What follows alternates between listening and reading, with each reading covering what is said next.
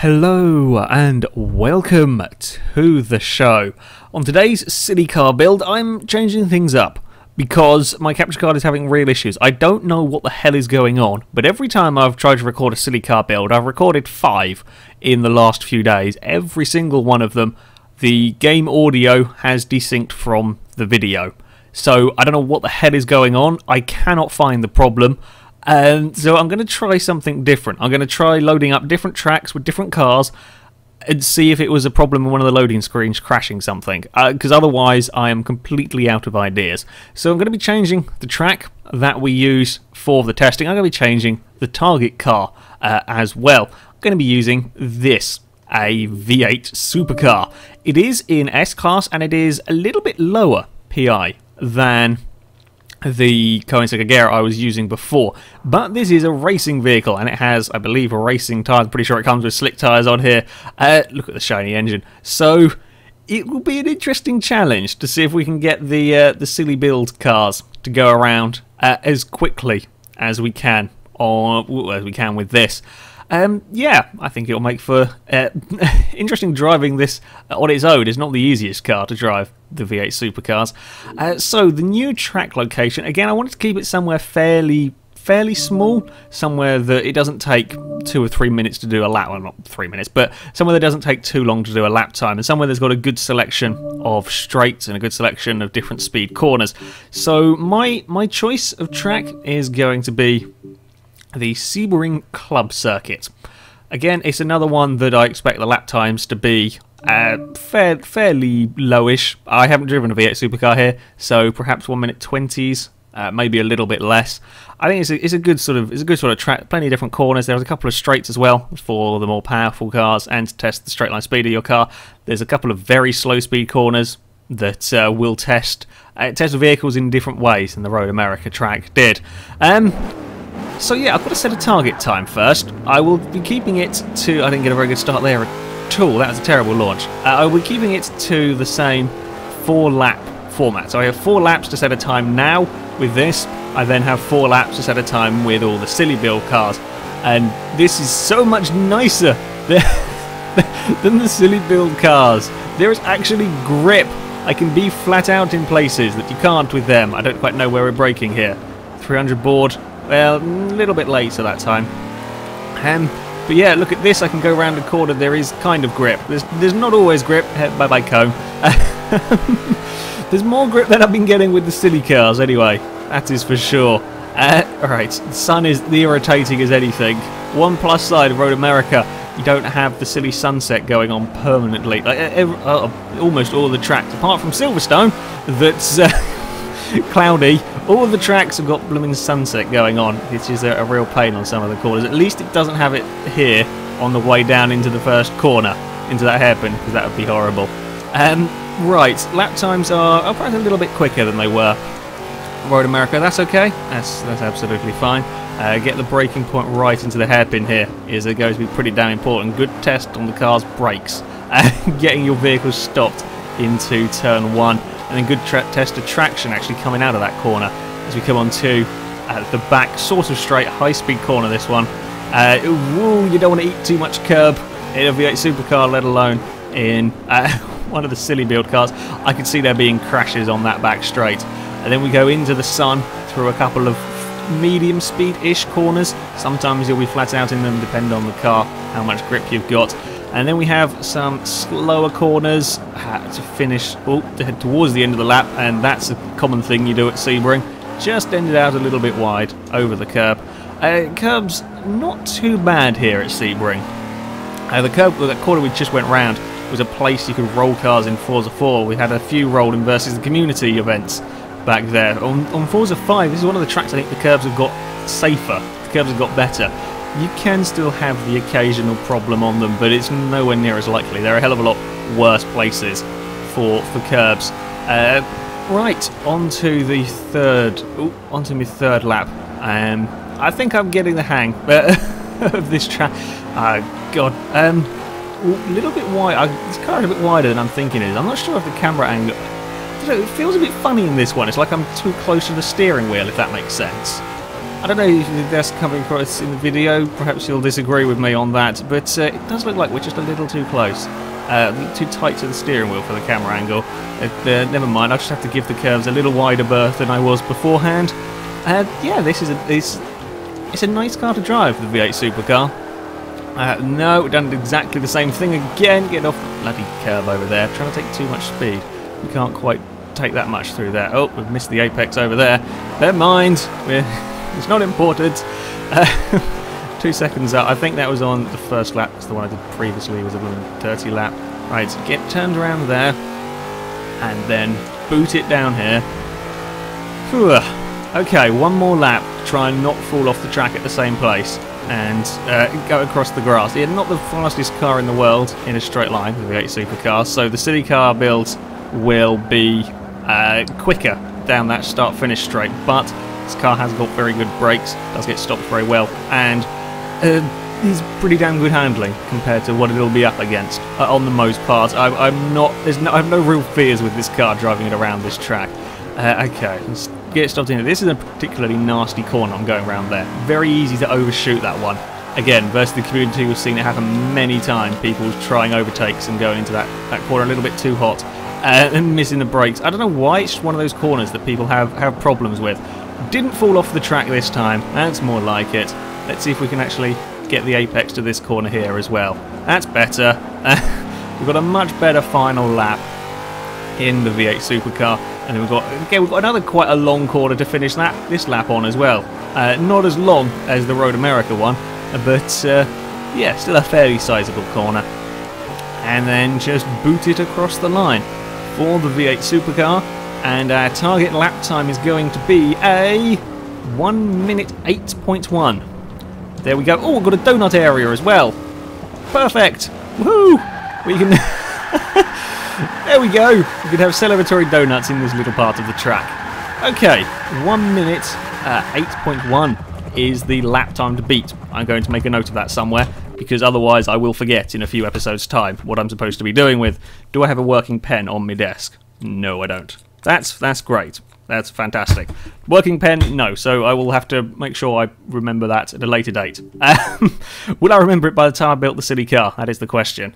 Okay, that is the target time to try and beat. I'm now going to build a silly car. My vehicle of choice for this week is going to be a Bentley. I thought I'd give this one a go. The Bentley Continental GT Speed. Because of why not? It's a fairly silly car to start with, if I'm honest. The Bentley, somewhere in the B's. There we go. Let's get in the Bentley. Comes in a lovely purple colour. That's the colour from the manufacturer. Can we have a look at the engine? Oh yes, we can have a look at the engine. There, oh, it's all under plastic colours. V8 supercar had a nicer engine, much nicer looking engine. So yeah, I'm not a huge fan of the Bentley Continentals. I've never really understood them as a car, as to why you would pick one of these. They're an awful lot of money for what they are. They're hugely heavy. I think this is the second heaviest car in the game, behind the Hummer. Let's just have a quick look. Where's the statistics on this? That's the wrong thing. I didn't want to go into that. We'll go to weight reduction first. Starts off at £5,000. Actually, I think the Vandura might be heavier, or it's around the same. This is one of the heaviest cars in the game. We can take out £1,000. We can take out basically a Lotus 11 from this car with the with the weight reduction. Yes, we're doing that. Roll cage we're going to put back in. A very heavy roll cage. It's over £4,000. Bloody hell! This could be one of the heaviest. I think this probably will be the heaviest car to go round in a silly car build. It's also going to be one of the more powerful vehicles. I don't know if there are engine swaps for this, but we're not going to use an engine swap even if there is one. We're going to want these. We're going to want good brakes. That is for sure. Let's go have a look. Is there engine swaps for this? No, there isn't. You don't need to. The normal engine is massively powerful. Loose in weight. I'm going to make it rear-wheel drive for reasons of silliness. Basically, you can have 1,000 horsepower in a four-wheel drive car, and it's fairly sensible-ish to drive, so for silly car builds, I'm making them rear-wheel drive. Makes it more interesting. Right, we want... bloody hell, I want that. I'm torn between that And that. No, we've got to go. I'm sorry. I don't know if that improves the handling. Oh, does this got the proper GT? It's got the proper GT kit. Look at the wing. Look at the wing on that. That is amazing. Yes, we're having you. We have found a new almighty wing. What was the last one? It's on was it a Skyline we had? This is better. This has got the best body kit ever. This is fantastic. Yes, we want to... I did not know you could do this to the Bentley. I would have used this car so much more if I knew you could. Now, we've got side exit exhausts. Is that what that's supposed to be? Is the GT one? I don't know. Sure, we want them on there. I like how changing the side skirt changes the exhaust position. You know, not changing the exhaust at all. And then we can have... Look at this... Yes, we want vents. We must have vents. Oh, this is excellent. This is already my favourite silly car build ever. Not only have I got to drive a V8 supercar, I also have a stupid Bentley with the... That wing is incredible. Okay, racing tyres. Yes, we want you. We most definitely want you. And then we want big tyres. We're going to need all of the handling parts we can get if we're going to try and stop this monster of a car. Plenty big enough tyres. They are fairly sizable tyres on the back of this. This might not be as bad as I'm expecting it to be, if I'm honest with you. Okay, driveline, might as well stick on all of these bits. Get a race gearbox in there, just in case we need to adjust anything. £3,800 is not too bad for, for what this car is. We want one of them as well, if it loads. There we go, thank you, game. And we did all the handling bits. Engine time, and I believe the Bentley is one of the more powerful engines in the game, with plenty of... Though these upgrades aren't adding much. I'm guessing when I go to the turbos it's going to like shoot up by 100 or something horsepower. What was the car that I was messing around with? There was some car... Oh, it was the Hummer I was messing around. You put the turbos on and it goes from... I think like the highest rated turbo adds on 400 horsepower. Now, if only it could do that on every car, you get some really crazy things being built. Yeah, these are only adding on sort of little horsepower, so I'm presuming the turbo is going to give us a pretty huge jump. Come on. Oh, we're getting the weight down with all of these parts. It's... oh, we're dumping the intercooler on, then that will shoot the weight back up again. Come on. Here we go. How much power are we going to add with the turbos? Are we going to have over 1,000 horsepower? Yes, we are. 270 horsepower. Some big turbos have gone in the Bentley. An intercooler, how much we're going to add there? Another 31. 900 torques. This is going to be really powerful. In fact, we're just at the top of S-Class as well. And now we're going down in S-Class as we're adding more weight on. I want the more power. Yeah, we'll take that. We've got a maximum PI S-Class. I would not recommend you use a Bentley for this. It's not a good idea. It's not a good S-Class car. What do I use? I have an MC12. That's what I normally use. Or a Ferrari F12. I wouldn't recommend a Bentley. Although I haven't driven this yet. Maybe it'll be amazing. I'm somehow doubting that, but maybe. I definitely did all of this stuff here, didn't I? Yeah. Yeah. Right. So, onto a new test track for the car. I've got to remember not to automatically go to Road America now. We're going to Sebring. We're going to Sebring Club. And it was a 1 minute 8.1 that we're going to try and beat. And we're going to try and not fall off the road too many times in the Bentley. Please be good. I want this car to be really good now because it looks just amazing. It looks absolutely fantastic. This is by far the best upgrades, like visual upgrades I've seen, modifications you can do to any car on here. It's fantastic. It's the proper GT3. Is it GT3 that the Bentley Continental now runs in? It's a crazy race car. Why you would want to use a Bentley as a race vehicle, I will never know. Right. Here we go then. Let's see how a 1,000 horsepower Bentley can cope with Sebring. Into the first corner. We've got quite a bit of understeer and then quite a bit of oversteer when we go to put the power down. It might be a bit lighter than it starts off at being. It doesn't really handle much better. You still feel that you're driving a boat here. It's incredible. On the brakes, we are not stopping there.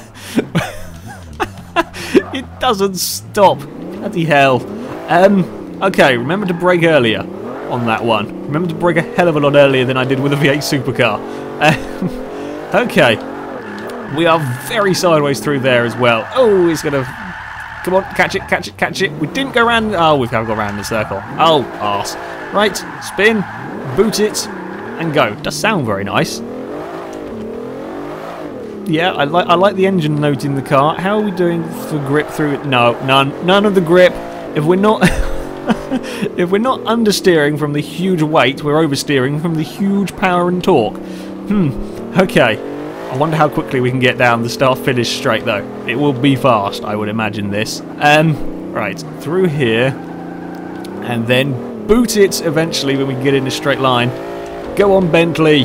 Get up to high top speed. We're not quite going to get the giddy heights of 180 that we're doing at Road America. Oh, maybe we will. We won't, because we'll never stop if we let it do that. You have to brake so early with this car, and partly because it is very fast. I think the V8 supercar, what was it doing, 150 down there, and this was doing 170, but mostly because it weighs so bloody much. And sideways through that corner, brake super early, and we might get stopped. Yes, look at that, we made a corner. We actually, oh god, stop going sideways, you silly Bentley, please go in a straight line. No, that's, well, that's close enough. This is a silly thing. I love it, but it is very silly. Go away, son. You're very irritating on that part of the track. Where am I going? That was a terrible line. Come on. We can do this. We can go quicker than the 1:08 if we could turn into that corner. Oh, God, this is a very weird handling car to drive this one. How do we... It's not absolutely terrible. You've got to be fairly cautious on the throttle, as is to be expected. With this much power, it's the brakes that will catch you out the most in this car. I struggle being on flat out through there. It just moves and bounces all over the place, but it has gone quicker than a V8 supercar if we can pull it up in time at the end of the straight. A 1:07.8 on my second lap. That's pretty good going for the GT3 Bentley that we've got going on here. Well, I say it's pretty good going. If it's gone quicker than a V8 supercar, that's not too bad. I think a lot of the time that this one here makes up is, of course, on the straight. Very good acceleration. Well, I say very good. Once you've sorted out the wheel spinning with this much power, I would imagine it's pretty good on the on the acceleration front. But you have got to fight to keep this thing under control. As we're going sideways again. Get off the grass, god damn it! It just likes going sideways. If you step over that line a little bit with this car, you will slide it all over the place. Right. Come on, Bentley, one more lap. Can we go even quicker? Here's hoping we can. Whoa! Big slide around there again. Oh crap! Careful on the throttle, or careful-ish, as careful as you ever get with Forza. No, can't be. It doesn't quite like being flat out around that sort of kink in the straight. And then on the brakes into turn one. That wasn't such a good lap. Can we go any quicker? I don't know. That 1:07 was a pretty good lap for this car. Oh, curbs! No! Just as I said, the curbs weren't that bad here. God damn it. Okay, they can still affect the cars. I've never had any problems with them here, although I am driving a fairly ridiculous vehicle. Right. Okay, well, we're not going to go quicker on this lap now. But let's just chuck it around. What's it like? Yeah, it's fairly controllable for a big, heavy beast of a car. For me, who is... Oh, there we go. For me, who is not very good at that sort of thing. No, it's not really designed for that. I like this car. I really do quite like this vehicle. It's absolutely bonkers to try and drive. If you can keep it on a very fine margin between understeering, oversteering, and just outbraking yourself, it's actually not that bad. As you saw, it went quicker than a fully fledged race car. But you step over that line, if you brake fractionally too late, you're going to have a big crash because it is such a heavy car. Some of the high-speed corners, it's going sideways around. It's... yeah. It is not the easiest vehicle in the world to drive. But it is probably the coolest looking one I've got in Forza 5. That's it's insane. Right, well, there we go. Around the track it is quicker. I've got to go to the burnout zone. Oh, never mind. We'll do that another time. Around the track it is quicker than the V8 supercar. Now to go and speed run it. because of all of the awesome aero bits on it, they weren't adjustable. So it's going to be with whatever aero setup it has at the moment. See how fast it can go. Awful lot of power in this. Could be pretty damn quick. I'm not going to look at the telemetry. I'm going to hazard a guess. I reckon it'll probably do 225 perhaps. I mean, the Bentley isn't the most aerodynamical of cars.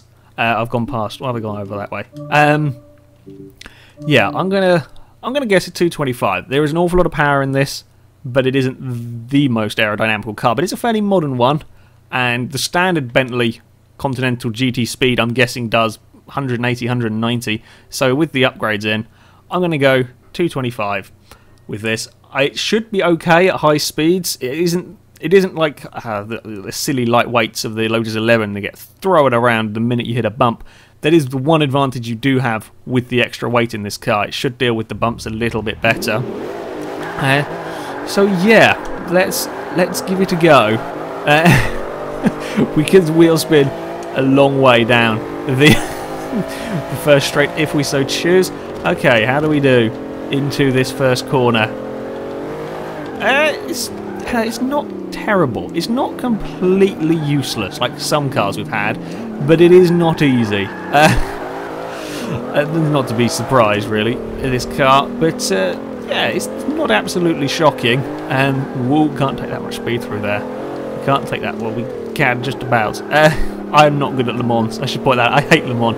Very, very rarely drive here apart from to do this. So yeah, terrible lines to those first few corners. Right, coming onto the straight. Be careful of the bumps out wide. We should be better in the Bentley.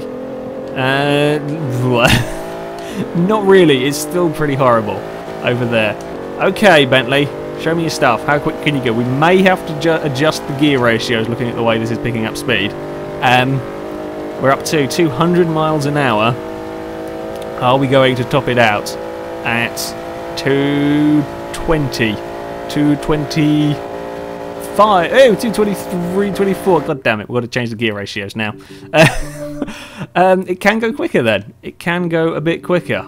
226.6 is what it reckons it'll do there. 243. Whoa! Much quicker than I thought it would do. This is with the aero bloody stuff on it. 243 is about as good as it's going to get by the looks of it. Okay, yeah, that's quicker than I thought. Oh no, I can't. Oh, I can adjust. Oh, I can't adjust the front. I can take off the rear. Okay, we're taking off the rear. 248. Did you? 248 in a car that weighs almost 4,000 pounds. Uh-oh, it's getting to Veyron. There we go, sorted out. Yeah, quicker than I thought it would do, I'll be honest. I thought it would struggle with the aerodynamics, but apparently not, although I do think we're going to run out of space on the straight, partly because I was in the limiter. We'll go back the other way, and then we will do it. Bumps over here. Oh, big jump, but we're fine. Turn in, we're fine. I reckon without that silly front bumper, it might do 250. Possibly, it probably would. Well, there we go. Uh-oh, we're not stopping. I forgot about that bit. Sand trap, save me. There we go. We're good. The sand trap will save it. A Bentley is stupid. It is quite ridiculous, this car. Everything from the appearance to the power to the way it drives. It's certainly suitable of the silly car build title. I do quite like it though. Come on, we can get 248 out of it this time. Got to go around, navigate this corner, a little bit slower going this way. Don't want to run too wide though, because it's very bumpy over there. Oh god, it's, the bumps here are so nasty to some of the cars. And then we sit and wait as it gradually picks up speed to 30. Yeah, it's pretty damn quick. After the 230 mark, now it's starting to struggle, getting much more speed out of it. 240. I'm not touching the steering, just trying to get every last bit of it. We're now going to touch the steering, so we're going towards the barrier. 42, 43. I think it's going to run out straight, you know. I think it is. 244. Yeah, that's not. It's going to run out straight before we could do it. It probably would, but there is nowhere. There's not a long enough area to test it in Forza 5, it seems. Well, there we go. That is it for this silly car build with an absolutely fantastic Bentley. So thank you very much for watching, everybody. And until next time, goodbye.